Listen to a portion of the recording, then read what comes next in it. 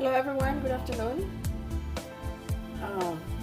Dapat grapes din Karon pag yun ako gi-harvest. Usa ra sa kapunuan among grapes, grape plants.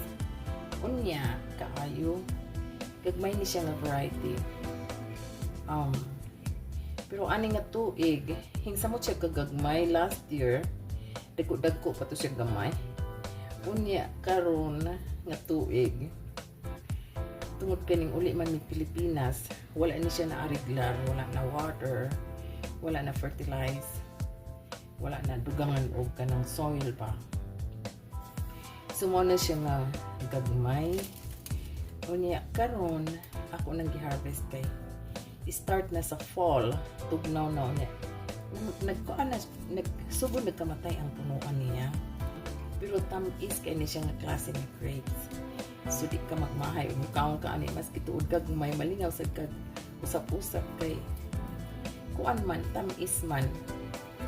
Unya akong bana iyaning gi pangbalot aning net kani siya nga net ni siya sa mga avocado. So bisi kung every time magpalit ng avocado among i-save ang net kay aron magamit po na iyang gi what is this giputos niya ni nga grapes kay put do na sa kaon sa langgam kinaham sa kaon ng langgam ani. So daghan gid ang nakaon sa langgam pero kanira mo ay among na save sa last year. Mas daghan to siya kay wala man mi nakauli sa Pilipinas. So usahay ni siya kapunuan ha unya salin pa ni siya sa nahurot. Ingnon ta na lang salin sa nahurot, salin sa mga langgam pa. Pag-abot na mo din amo na lang giputos dayon. So hingabot mi din mga it was July 26, 25. Okay, na-stranded man sa Manila atong na-change ang flight pa luka adlaw. So instead na mo abot mi din sa 22 ang 25 na lang may nakaabot diri. Ambot na sa nahitabuan nga grapes nga dagko mo nang tani siya itong pagpalit na ko ba ang variety nga akong gipili kani siyang yellow niya dagko sweet pero tungod tingali sa klase sa yuta na mo din sa New Mexico which is desertong na mong lugar din so kinahanglan kung naa kay itanom imo gina siyang ikuan cultivate ang soil ug maayo niya imo dayon abunuhan.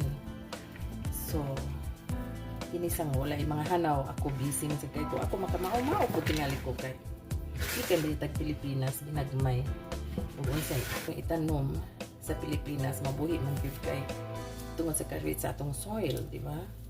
Pero dinhi sa among lugar magilaid ang tanom kay ngano ang soil dili man siya ka siya fertile soil. So kinahanglan abunuhan but tungod lagi aning akong kabisi sad makalugar ko Sabado.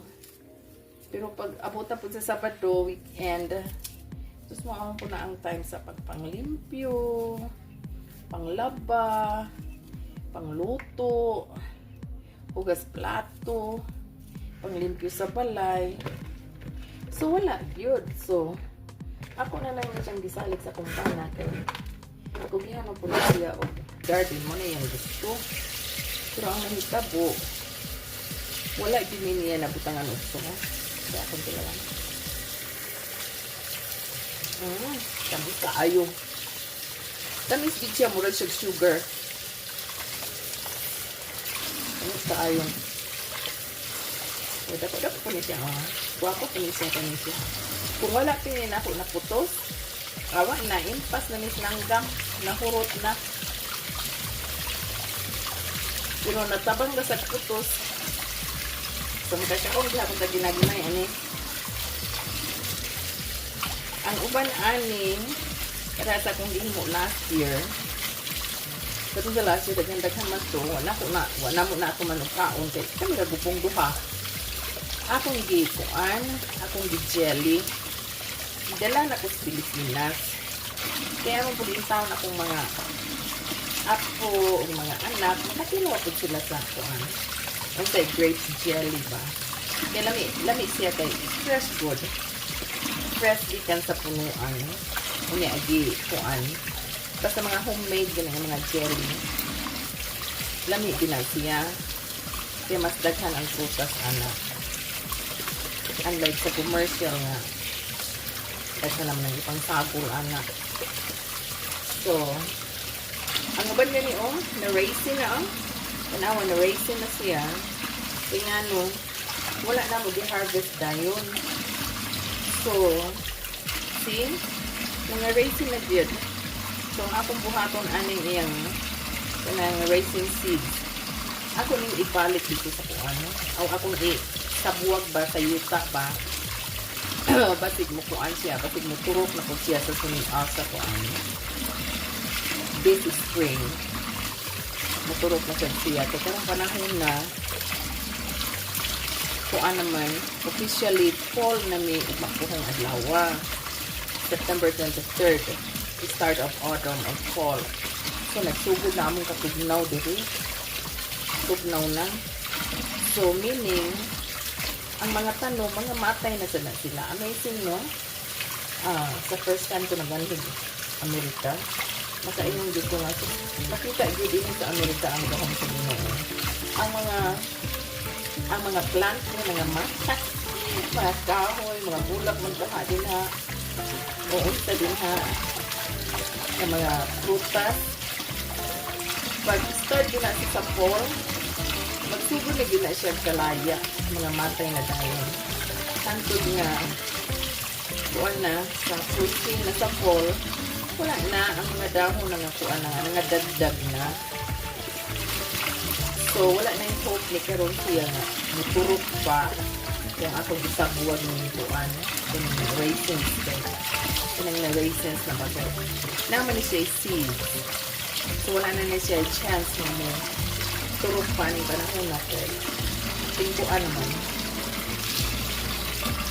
Bugnaw naman kayo ang yutaan.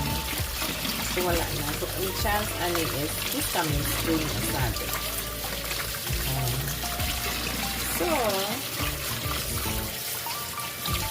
ganun siya, ganun nga grape. I planted this at the time we lived in this house. So, we started living in our house 2010. So, gitanong ni Namo sa pagsugod yun yung 2010. And yeah, gusto ko na ito kain. Gusto ko na ito nga, ay na kanina munga.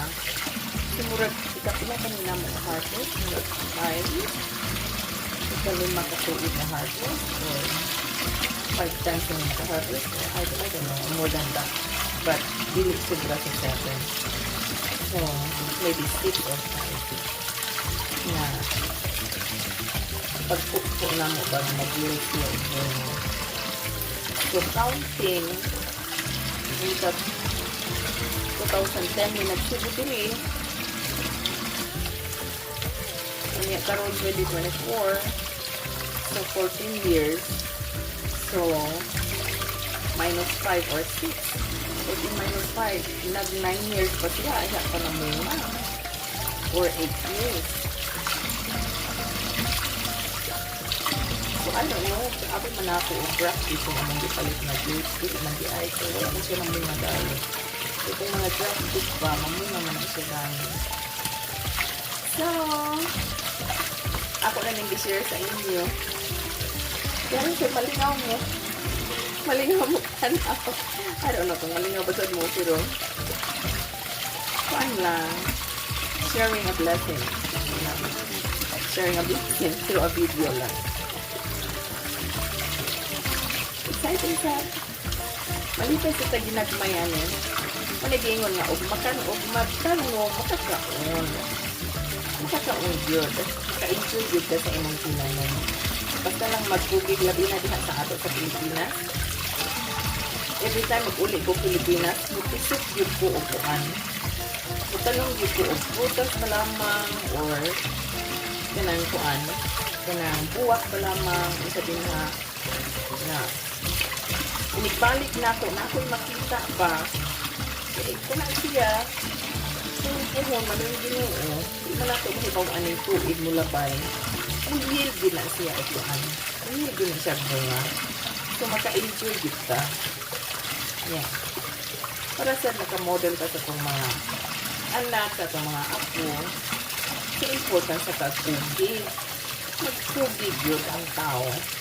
Pag magpugi, diha sa ato, makakaon yun. Okay, diha sa ato, isa gila itong yuta, makatusok lang ta, di ba? Kung nagpuyo ta sa yuta sa atong silingan, o parenti pa ka o amiga ba, kaya magkikipugnan nga magtanong ka din ha. Pwede ka magtanong ng balangon, pwede ka magtanong ng kamuti. Suriyahon lang nimong tag-iya, di na isang suka. Di na suka ng tag-iya na. So,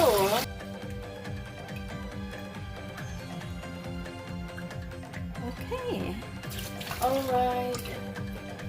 Salamat sa pagtanaw, salamat sa paglantaw. Okay, thank you for spending time to watch my video. Have a great day, everyone. Enjoy your day. Bye-bye.